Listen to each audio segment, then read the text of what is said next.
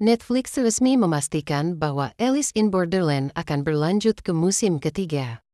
Keputusan ini jelas bukan hal mengejutkan mengingat popularitas global serial yang diadaptasi dari manga karya Haruo Aso ini.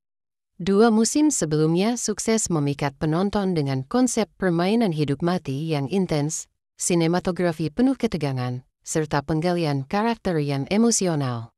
Namun yang membuat musim ketiga paling ditunggu adalah akhir penuh teka-teki yang ditampilkan di season 2, akhir yang menyinggung kemunculan kartu Joker, simbol permainan baru yang belum pernah dihadapi oleh Arisu dan kawan-kawan. Kisah Alice in Borderland sejak awal sudah menghadirkan premis gila. Arisu, seorang pemuda pengangguran yang tenggelam dalam dunia game, tiba-tiba dipindahkan ke dimensi misterius bernama Borderland.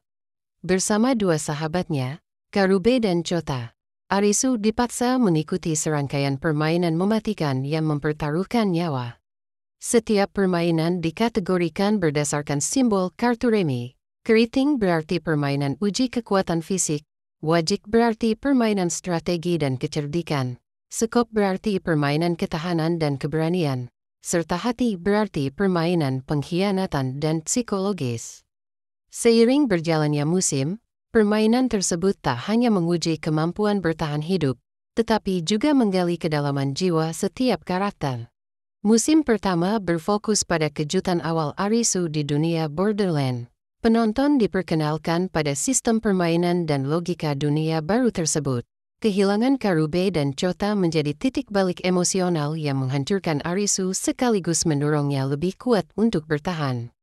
Pertemuannya dengan Usagi, seorang perempuan tangguh yang juga berjuang di Borderland, menambah lapisan emosional dan romantis dalam perjalanan penuh darah itu.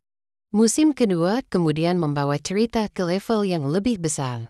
Permainan bukan lagi sekadar bertahan hidup dari level ke level, tetapi berhadapan langsung dengan para warga Borderland yang bertindak sebagai bos permainan. Setiap warga adalah personifikasi dari kartu wajah Jack, Queen, King dengan tantangan yang jauh lebih mematikan.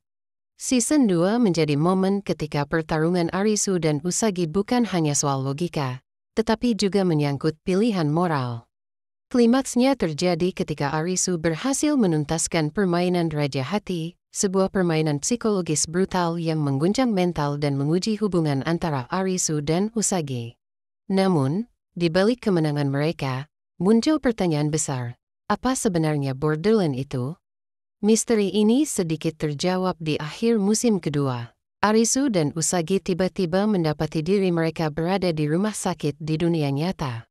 Dokter menjelaskan bahwa mereka adalah korban selamat jatuhnya meteor di Tokyo. Penjelasan medis ini memberi narasi bahwa Borderland hanyalah dunia antara hidup dan mati. Sebuah dimensi koma tempat jiwa-jiwa manusia diuji sebelum diputuskan siapa yang akan kembali hidup dan siapa yang akan mati. Fakta bahwa sebagian besar kontestan ternyata adalah korban meteor yang tidak selamat semakin memperkuat teori itu. Tetapi, adegan penutup season 2 mengguncang logika penonton. Ketika kamera menyorot halaman rumah sakit, terlihat setumpuk kartu remi yang diterbangkan angin. Semua kartu terhempas, kecuali 1, kartu Joker. Simbol ini seketika menyalakan spekulasi bahwa Borderland belum benar-benar selesai. Bagi para penggemar manganya, kemunculan Joker bukan hal asing. Namun bagi penonton serial, ini adalah pintu menuju teka-teki baru. Apakah Joker adalah penguasa sejati Borderland? Apakah ia representasi dewa, kematian, atau justru kehidupan itu sendiri?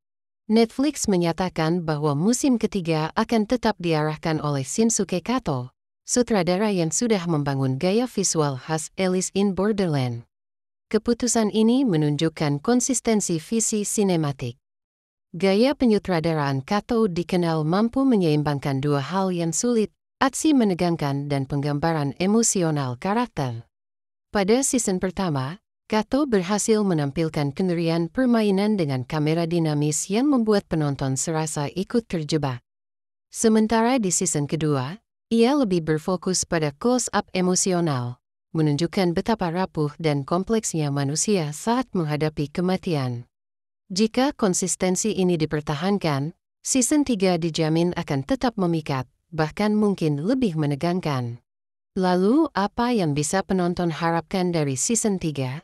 Pertama, eksplorasi makna dari kartu Joker.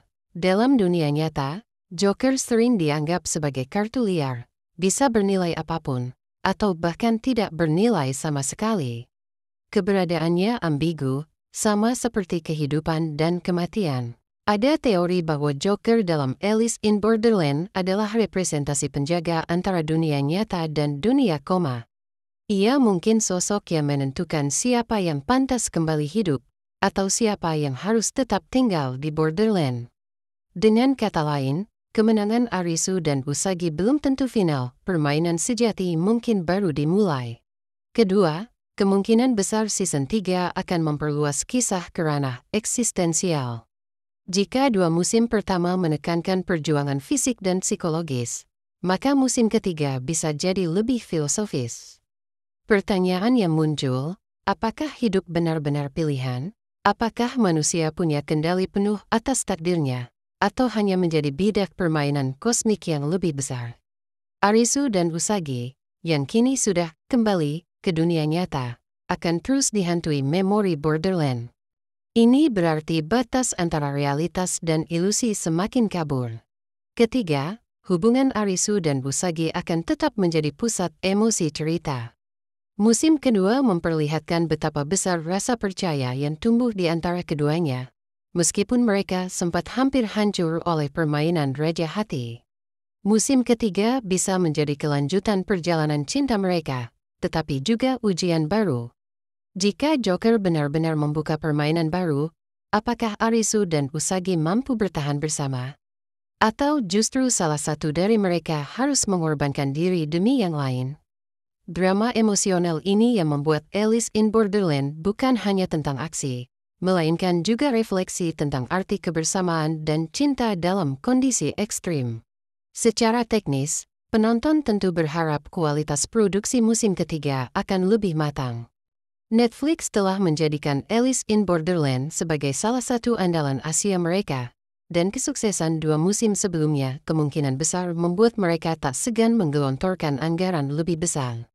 Efek visual, set permainan, hingga koreografi aksi akan semakin spektakuler. Apalagi, setelah 2 musim, penonton sudah terbiasa dengan permainan berbasis kartu wajah. Kehadiran Joker tentu menuntut permainan baru yang lebih unik, mengejutkan, dan filosofis.